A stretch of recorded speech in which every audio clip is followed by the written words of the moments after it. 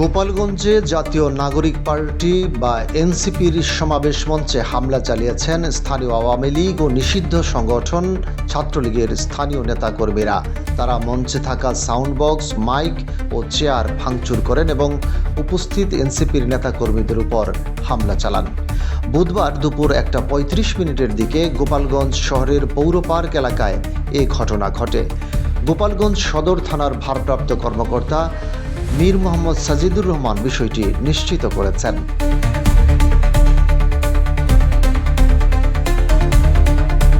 1 জুলাই থেকে দেশ গড়তে জুলাই পদযাত্রা কর্মসূচি পালন করছে জাতীয় নাগরিক পার্টি।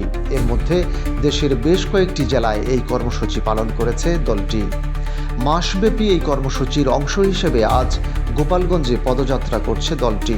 গতকাল মঙ্গলবার দলের ভেরিফাইড ফেসবুকে এই কর্মসূচিকে 16 জুলাই মার্চ টু গোপালগঞ্জ নাম দেওয়া হয়।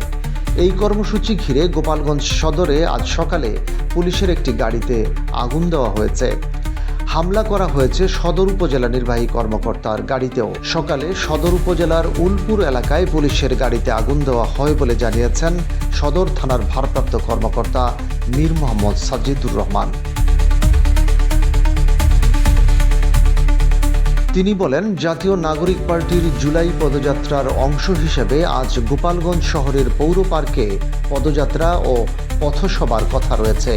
সেখানে দলটির কেন্দ্রীয় নেতারা আসবেন বলে জানা গেছে। তাদের এই পদযাত্রা বানচালের জন্য নিষিদ্ধ ঘোষিত সংগঠন ছাত্রলীগের সাধারণ সম্পাদক আতাউর রহমান পিয়ালের সমর্থকেরা সদর উপজেলার উলপুর এলাকায় পুলিশের উপর হামলা চালিয়েছে। তারা পুলিশের একটি গাড়িতে আগুন দিয়েছে। পুলিশ ঘটনাস্থলে পৌঁছেছে।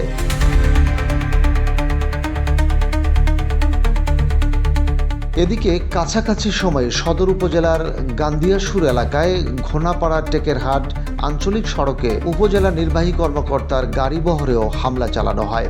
সেখানে গাছ কেটে সড়ক অবরোধ করেছিল আওয়ামী লীগ ও ছাত্রলীগের নেতাকর্মীরা।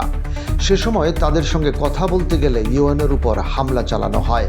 ইউএনও এম রকিবুল হাসান বিষয়টি নিশ্চিত করে বলেন, জাতীয় নাগরিক পার্টির কর্মসূচি বানচালের জন্য আওয়ামী লীগ ও ছাত্রলীগের সমর্থকেরা পথে পথে অবরোধ সৃষ্টির চেষ্টা করছে। এ কাজে বাধা দিতে গেলে আমার গাড়িবহরে হামলা ও ভাঙচুর চালায় ছাত্রলীগের নেতাকর্মীরা।